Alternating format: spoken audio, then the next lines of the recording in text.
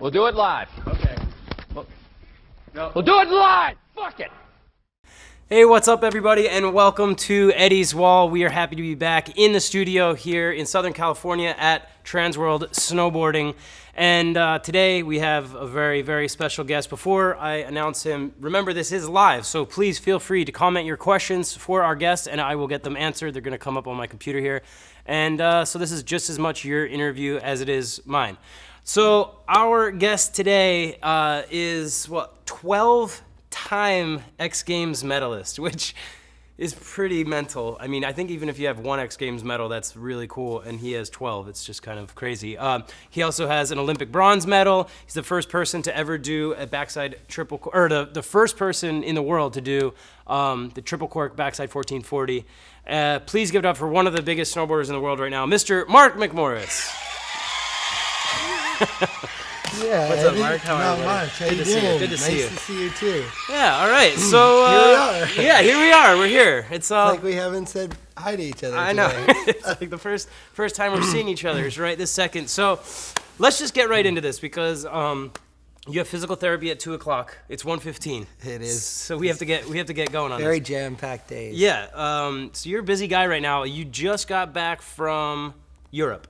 Yep. Okay. So what were you doing over there?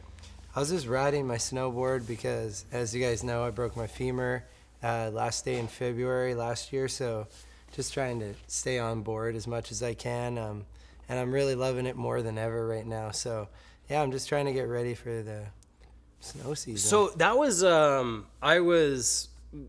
saw that fall at Aaron Style, and it was really gnarly. Well, actually, it was funny because you actually kind of like landed the trick and then had a freak accident. Well, kind of take us through that. Yeah, I don't really know. Like I've had to talk about it a lot over the last half a year, and I still don't really wrap my head around it. I've never seen the fall. Yeah. Do you not want to see it? No, I don't want to see it. Yeah. It's just like one of those things where I think a bump bucked me the wrong way, and then it's just crazy that something like that, like riding out of a landing, can break your femur. But yeah, I don't really know what happened. It just super freak accident. Maybe the landing could have been maintained better, but what's done is done, and we're just moving on up. Yeah. It's all good. And so you had to get one surgery, two surgeries? Just one surgery. The guy was a beauty. He was like a really solid surgeon at USC. He does a lot of football players and stuff. And I remember he came in from surgery and told me he killed it. So I was like, that's dope, because I want you to kill it. And I was really worried about my knee because there was so much pain around here. And Right. I was like, before surgery, check my knee, please check my knee. Right. And he was like, your knee's fine. Awesome. And yeah, it was one of those injuries where you're not going to hurt it more. There's a rod in there, so just rehab as hard as you could. And I put like I moved to Vancouver and just would go to rehab 6 days a week for like 4 hours. Wow. And that was my main job. And Yeah. now I'm back and I don't feel it. So I'm That's psyched. amazing. Yeah. Thanks. Yeah, I always thought the to get back from an injury, it's like your job is to be a snowboarder. But when you people would always ask advice to me if they got injured, and I always felt like, okay, when I got injured when I had surgeries, then my job wasn't to be a snowboarder. My job was to be at physical therapy as much as possible. Yeah. And at the gym. And then as soon as I'm done that, then I'll get back to riding. Your real job. Yeah, totally. Yeah. And so how did it feel getting back on a board for the first time? Good? Yeah, like I was really nervous to go snowboarding again, Yeah. but I made sure I could sort of get back to skateboarding how I would normally skateboard. And I didn't want to go, I could have maybe went snowboarding in July at Mount Hood or Whistler or whatever. Yeah. But I don't like to snowboard unless I can just like snowboard how I actually want to snowboard. Right. So when I started being able to skate kind of like I could before, I went to Australia, got back on my board, and like the first day I was hitting jumps again. So Whoa. it was pretty Okay. cool. Like I knew I was better. Yeah. And it's not like a ligament, it's a bone that's totally healed. Exactly, yeah. It's just working with those huge muscles like quad, Yeah. hamstring, glute. Like Yeah. it takes a long time to get the atrophy out of there. Yeah, yeah. Was it pretty, quite a bit smaller? Yeah, for sure. But just right after surgery, Right, and yeah. then started working it. Well, it was maybe a little swollen after surgery. Right. Then it got small. Then Yeah. we got it big again. Yeah. Okay. Cool. I mean, let's go into some questions. I'm sure we're gonna have a lot of people tuning in today. So we'll try to go back and forth from questions to the points we have. So, what's a better trick in your opinion, Rob Za? A triple cork or a method? Well, technically, a triple cork is like harder, but some people can do triple corks that can't do good methods. So that's a good point. it's a little double-edged sword there. But I practice my method a lot, and I've done a lot of triple corks. So Okay. Okay. So I think a method's maybe easier to do like any kind of method, but to Right. do like a proper method, Yeah. I'd say it weighs in around the same place. Okay. All right. I mean, I was gonna bring this up a little bit later, but what is like what are the different? How many different types of triple corks can you do? So there's like obviously the back trip 14, and then I've done that one a lot. yeah, I've and then is there been- back trip 16? Yep, Yeah. I did. I got one on film in Switzerland, which is really cool. Okay. I'm really excited. Yeah. And I learned the switch backside triple cork, and I've done some frontside ones, and I've done some cab ones. So Okay, so you've done yeah. all 4 triple corks. I have. It's bizarre to think about that, but that is that's gnarly. where it's come. Yeah, and then obviously you've done all 4 doubles then. Yep. Yeah. Okay. That's But there's lots, like, there's now people are doing doubles off their toes, double rodeos. Oh, like, yeah, there's so yeah. many different ways, but yeah, like cab, frontside, backside, Yeah. switch backside. has maybe I'm just being an idiot, but has anyone done backside triple cork or like backside rodeo triple cork or no Backside triple rodeo. rodeo? Yeah. Actually, Sven Thorgrim did it like 3 years ago, and Billy Morgan did it like 6 years ago. I remember. Whoa. But nobody's really messed with that trick since. Yeah. I think it's really scary because it's like a triple backflip. Right. Yeah. Exactly. Okay, Eric McKee. How crucial is your wax recipe? It's insanely crucial. Shout out Ryan with the dreads. Oh yeah, he's At the top of the course every time. Yeah. I send all my boards to him. I swear he waxes them with his dread or something because I definitely have some of the fastest boards there are. So I'm really stoked. And that Burton bass, perfect. Chris Parody, are you going to be in Mammoth for opening weekend? When is that? It's November. Anyone? 16th. November 16th. Yep, November 9th. And then the weekend is because it opens up like during a weekday, like Wednesday or Thursday, and then the opening weekend. So I wish, but I'm out on the 5th. But go out there and tread. yeah. Jean-François Rose, did you ever ride in province of Quebec? Yeah, plenty of times. I did some small rail series out there called SMF. Mm-hmm. I'm sure he knows what they're about. And I rode at Saint Savar. First kind of big contest I won was the Shakedown. Mm-hmm. So that was Oh, no exciting. way. Yeah, That's yeah. cool. Okay, rad. Let's see. Andrew Caroy, I would like to know where the best place to enjoy some deep pow in Canada is. In my opinion, go to the interior of BC. Revelstoke, you're not going to miss. And, like on the West Coast, obviously, if you have a snowmobile and you go to Whistler, you're going to get really good snow as well. Yep. Thomas Deschamps, what's one of your favorite moments in snowboarding? Maybe in your snowboarding career. Well, Is there anything that stands out? let's, I don't know. I think one of my favorite moments and trips I've ever been on was when we were shooting the Oakley movie. It's called For Me. And I went to Revelstoke with Jake and Nicholas and Terrier. And that was definitely the coolest trip Pretty in mellow crew. snowboarding I've ever been on. Cool. And the snow was perfect. And I learned a lot about riding, terrain, and not building anything but like freestyling on natural stuff. Right. And I realized how long I'll be snowboarding for because like a 360 in that is hard, or Yeah. like a 540, and it just reminds me like I'll have longevity in snowboarding and it'll never get boring for me. Right. Yeah, I think that's a really good point because obviously, you're hitting these massive kickers and doing triple corks but there is also kind of the other end of the spectrum, like a Nicholas Mueller or a Gigi or someone who, reading terrain is just something that I think a lot of people don't quite understand how difficult that is. Totally. Until you're on the top and it's totally blind and you're like, what am I doing up here? Yeah, and it's never the same. It's never something you'll master. You're not going to go to the top and hit that same jump and have to have the same speed. And Right. even if you want to hit that same feature, you're going to be in your track and you're going to be going way faster. Like, Right. so you're going to have to manage it differently. Right. And that just like gives me a lot of faith in how long I'll snowboard for, and just like everything about it is so cool. With your, last season when you filmed In Motion? Mm-hmm. And I think it took a lot of people by surprise, I think, because you had so much banger footage in the backcountry. And I think that it's easy to obviously just be like, oh, you're a contest guy and he just does the big jumps, the triple corks, and points it, flips, and lands. Yeah. But then to see you out in the backcountry hitting some really big, gnarly Whistler jumps, and doing some crazy like triple corks and everything in the backcountry. I mean, what was it like?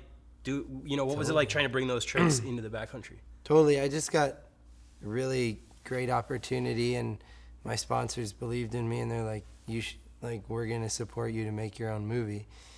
And that was like really cool, but so stressful at the same time, because I had to do all these contests. And then when I was going into the backcountry, I like had to learn and land all at the same time and get shots to make a movie that was worthwhile and something that I thought would represent me well, because I like to do my best, as you guys can probably tell, and I don't like to leave anything behind. So I like worked my ass off that year, and would like as soon as the contest would finish, I'd be in the backcountry with a crew or doing something, and I learned so much about riding terrain and also hitting big jumps and building jumps at work, and a lot of huge thanks to like Mikey Rentz and Mikkel, because those guys really taught me how to like build in the backcountry and get me out there on a snowmobile, and like it's one thing to snowmobile, but to snowmobile in Whistler is another thing. And it was just a huge eye-opener, and also like taught myself a lot about myself, because I had to like bear down and land a bunch of tricks and also like not hold up the crew and work my ass off to build the jump. And I don't know, it was just a really good experience, and taught me a lot about the whole deal. Yeah. And I mean, I just think it's it's to have a backcountry part just fit for a season is really hard to get, Right.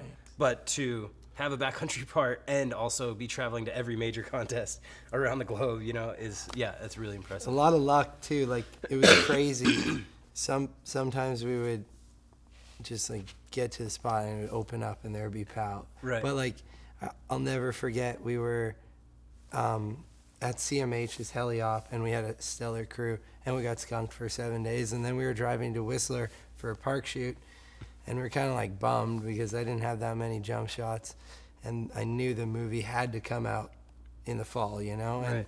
we got to Whistler and it snowed 2 feet and just went bluebird in the backcountry, turned back on, and we just never went to the park shoot and just went in the backcountry, and it was on Easter, like it was really late in the year, and we got it so good for like 5 days, and that made my movie pretty much. Yeah. So sometimes luck has a lot to do with it too, but you just gotta keep giving her. Yeah, persistence.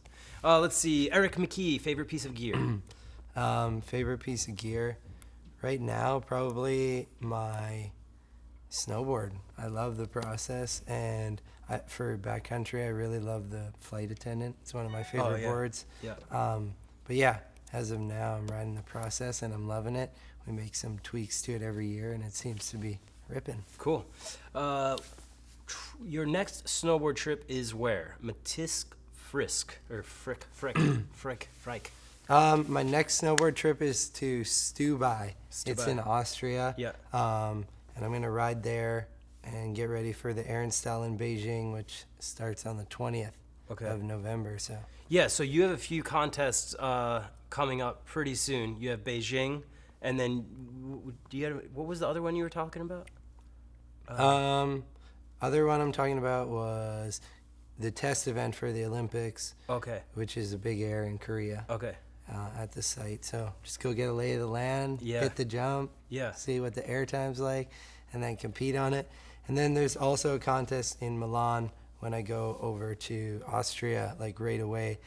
and and I don't know if I'm going to do it or not, but we'll see. Aaron Leyland, this guy helped my ass out so much filming for my movie. Yeah. He got me unstuck a million times, and he asked me if I've ordered my new snowmobile yet, and I haven't, but shout out to Red Bull. Let's get on it. No, I just do it. I'll order it. Tracy Ward Lang, is there ever going to be another season of McMorris and McMorris? My family loved it, and we were big fans of you and your brother.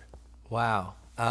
You know what? That's kind of like a tearjerker for me because the show was highest rated ever on MTV Canada. Did super well, but for the amount of time and effort, the budget isn't there to make the crew for it to be worth the crew's while and to be worth Craig and I's while. Right. It takes 7 days to film 22-minute episode, and it's like it would be awesome if we wanted to do it for free, like for low budget, but it just doesn't really work. Yep. Right now we're having a lot of fun filming those 5 gum pieces, and we've been enjoying that. But maybe someday we'll make a TV show again. I thought I heard some rumors. I don't know if whatever, but I thought I heard something about how you guys were maybe going to bring it to like the U.S. audience.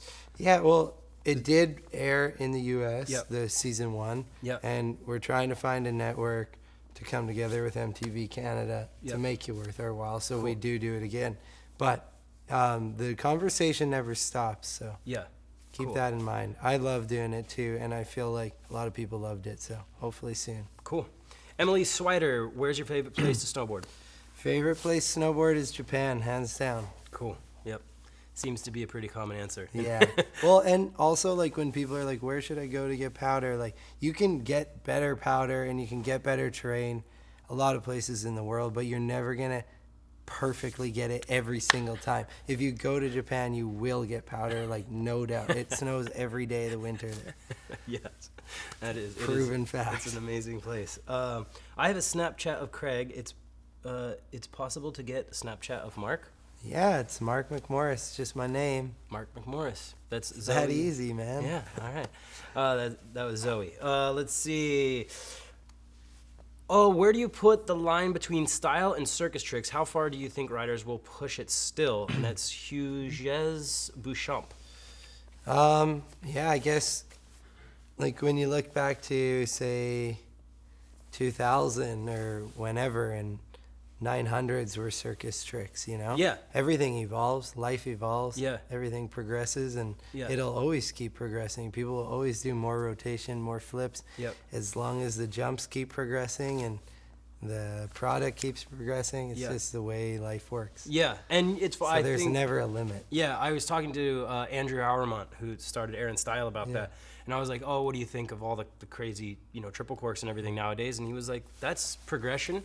And he's like, it just went there, and he's like, and that's how it's progressed. And he's like, you can't argue with progression or hate on progression because it's everything in the world's going to always progress. Exactly. So if you try to fight it, you're just kind of an idiot. Yeah, exactly. But then also what's really cool is that it's good to have both, you know. And there are riders that just focus on the progression and can't really do stylish stuff, but there's a handful of riders that make both sides look amazing. Totally. And then I think Josh Dirksen in the TransWorld movie Insight, little plug, but he talks about, he was talking about like the coolest thing, how he was like, snowboarding, it doesn't have referees, it doesn't have rules, and he's like, it really is an art form. And then what I thought was so cool, which I hadn't even really thought about, but he was like, you can just, almost like what you were talking about in the backcountry, he's like, you can do this forever because as an art form, like artists don't like get together and like try who can paint the fastest and who can paint the biggest mural. It's not like a contest, it's just art. Yeah. And that's what snowboarding is. Dude, that's a really good way to look at it. And like when you're over one side of snowboarding, there's a million other sides to get into. Yeah, absolutely. Okay, Jake Roundy, triple cork. How did it feel the first time you did it? Wow, it was really good. Nick Hamilton was there. He lost credit card roulette every night of the trip, pretty much. And so had great meals in my tummy. We were in Aspen, and it felt insane. I was kind of wondering if I did 3 corks or not. When you're riding away? Yeah, I was like, was it? I think it was.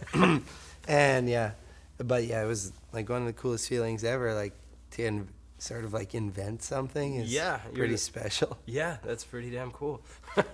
Chris Cook, tips for young riders wanting to take their riding to the next level and as far as they can and get as far as they can in snowboarding. Yeah.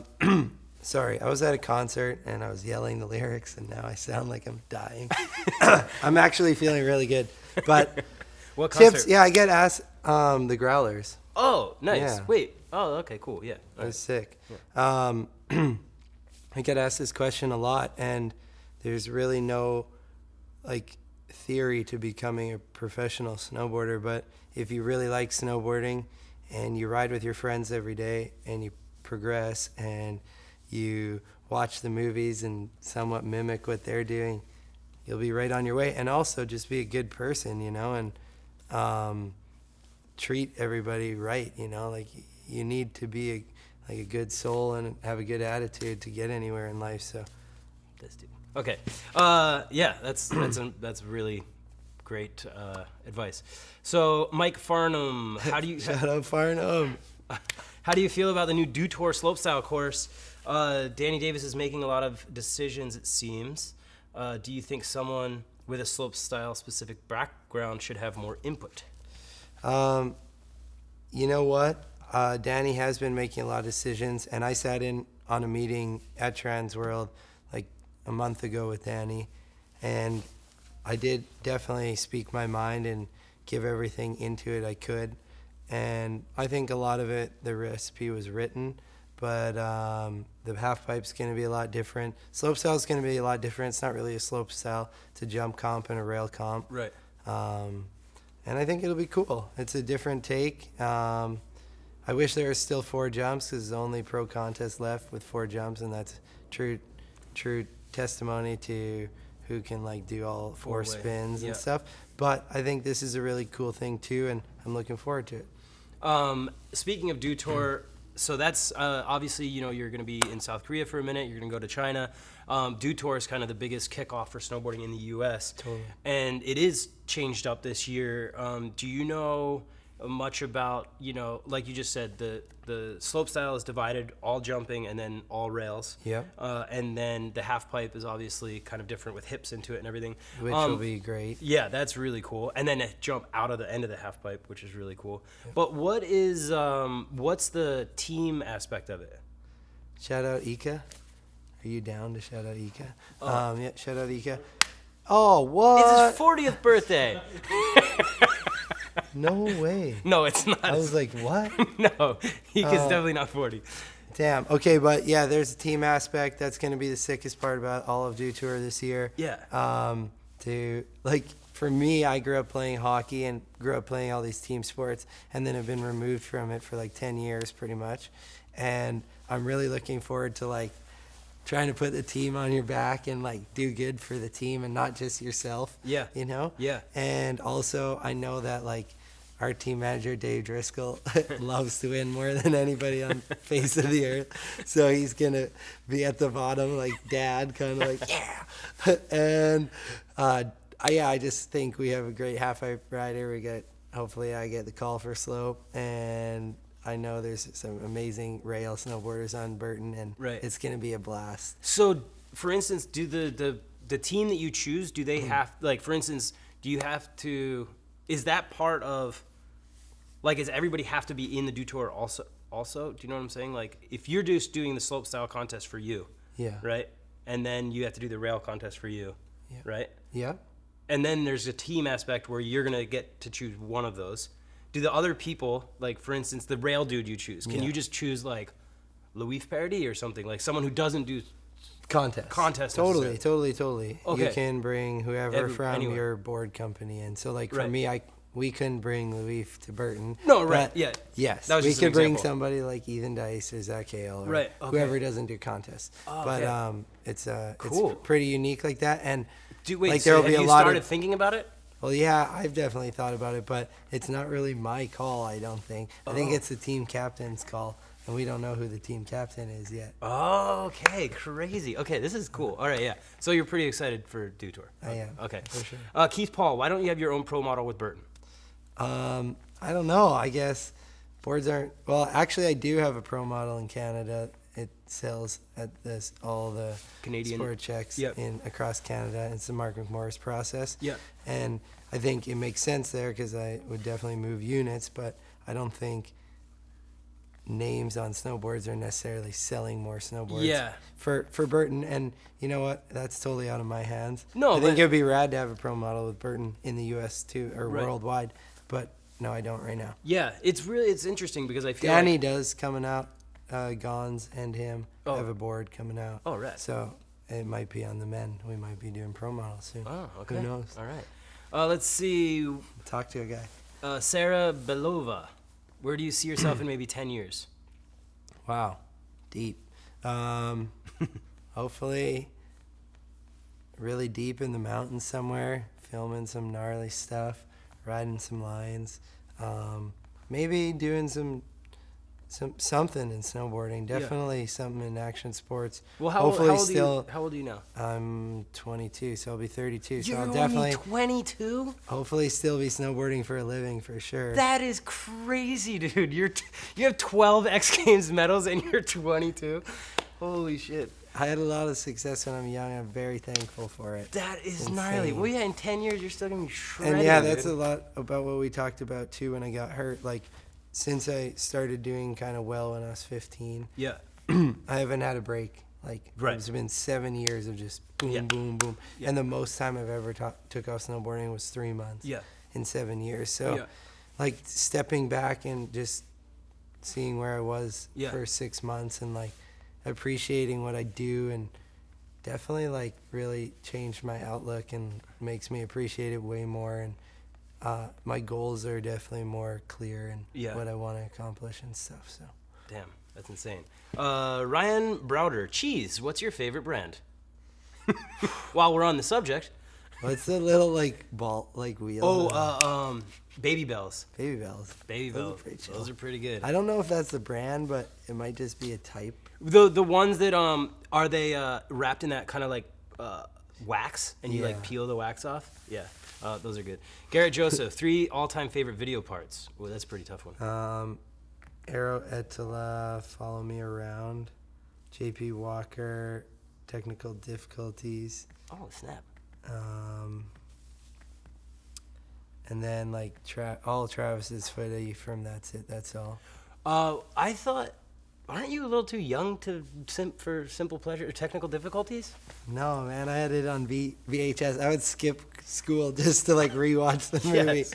I would like claim I was sick. Dude, Just that watch is crazy. JP's part over and over and over. and That's the over one again. in Technical Difficulties. Isn't that where in the Mammoth Park he does that like either a switch barrel roll Yeah. and then lands like in a tail press Yep. like on accident, but Yep. it looks like so And it's sick. the sickest song Yeah, ever. yeah, hieroglyphics. Yeah, Yeah. exactly, dude. Oh, all right. See, it's solid. See, that's good.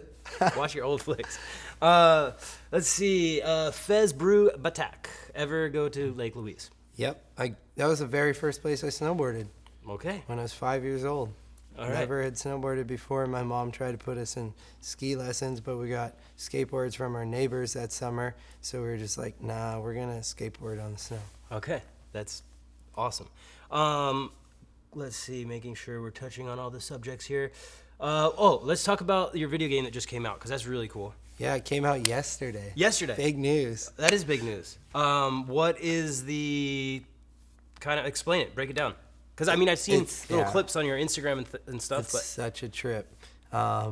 Really got lucky to be in the right place at the right time to get the call when they were ready to make another action sports game. Yeah. And it just happened to be a snowboard game. So to have my name on it was huge. And they were so down to listen to me. And Yeah. like we worked together so much, and me and Ulrich did all the motion capture. It was the worst 3 days of my life, sweatiest 3 days of my life in those suits. But it's so cool to like see it come to life. And I was like, you guys, skate changed the way they made action sport games. And Yes. if you don't make it like skate, we're not going to succeed. Oh, like, man, you this need is to have the ollie. You need to be able to cork. You need Yeah. like that changed the way everybody looks at action Yeah. sports games.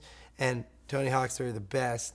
But then like once skate came out, it just like changed it. And yeah. I was like, Skate 3 is like the best I know, ever to happen. and the sickest part about the game is that it controls just like that. And nowadays you can update the game.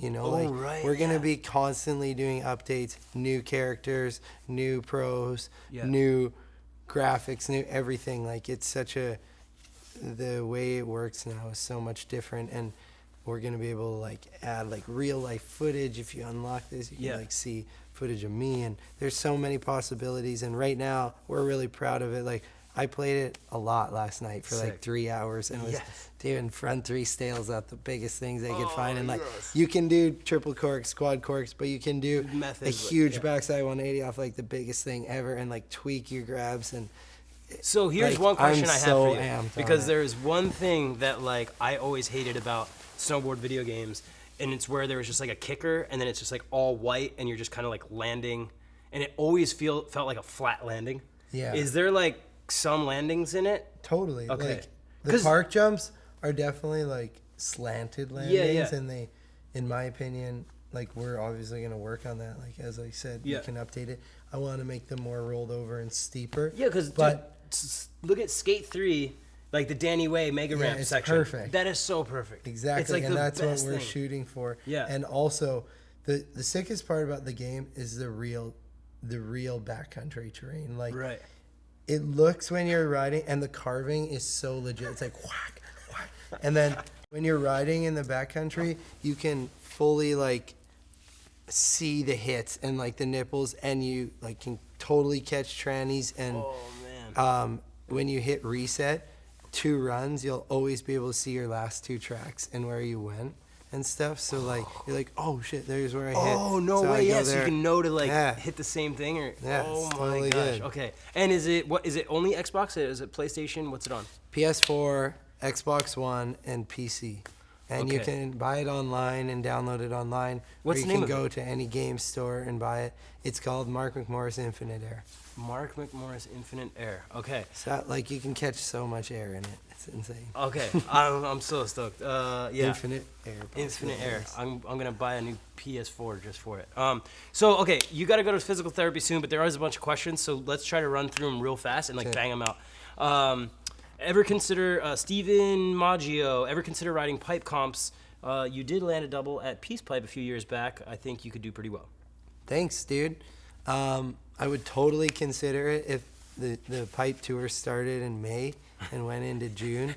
So it was always soft because like I just don't get half pipe. Like it's like a 50-50 chance of like dying or landing. Yeah. And there's just a little more buffer room on jumps. And I also never grew up with a half pipe. But yeah, at Peace Park, I learned the cab and front side, and I was like, damn, I start to think like maybe I should do this, but nah. Yeah. It's like enough slopestyle and big air contests. And when I'm not competing, I want to go ride powder instead of going to half pipe contests. Yeah. So also real quick, talking about big air jumps, the Olympics are they this coming season? No. They're not this February, but the next following one. February in 2018. Yeah. And this is the first year that big air is in the Olympics. So big air and slopestyle. Pretty crazy. And so you'll be doing both of those. Definitely if I go. If you go, sure. if you get in. I mean, definitely gonna try and go. And we don't know, but we don't know. No, but yeah. I mean, no, I was just kidding. But yeah, so I was trying to make a joke. Guy. I was trying to make a joke. It didn't go over too well. It did go over well. But yeah, the thing that I told you earlier is that if you go to the Olympics, you're going for slope and big air. Okay. Like they're not going to send 4 people for big air and 4 people for slope. Cool. It's going to be just 4, and then you'll get 2 shots at 2 medals. You know? Right. Yeah. Or one shot at 2 medals. medals. Hey. All right. Okay. Lachlan Gordon, you got me into snowboarding. Can you give me a shout out? Hell yeah, Lachlan. Thank you so much. Glad I can provide that service. Javier Fernandez, do you think Danny Davis has infinite hair? Dude, that's what the French Canadians will call my game. Infinite hair. Oh, let's play the infinite hair. But yes, Danny does have infinite hair. Are snowboarders at the Olympics the most laid-back athletes, or are the curlers chill too? Enrique LaRue. Dude, that's a really tight race because the curlers are super chill, and most of the Canadian curlers are from where I'm from. That's really funny. And the Jamaican bobsled team, they're chill too. Maddie Thorpe, are you coming to Lake Louise this winter to train? I don't know. We might be doing a Red Bull project there at the start of January, potentially. So Okay. maybe. Austin Ditzig, how do you build confidence to do a new trick? Ride with your friends and get them to talk you into it. Okay. Mark Farnham, do you think you can do better back rodeos than Eddie Wall?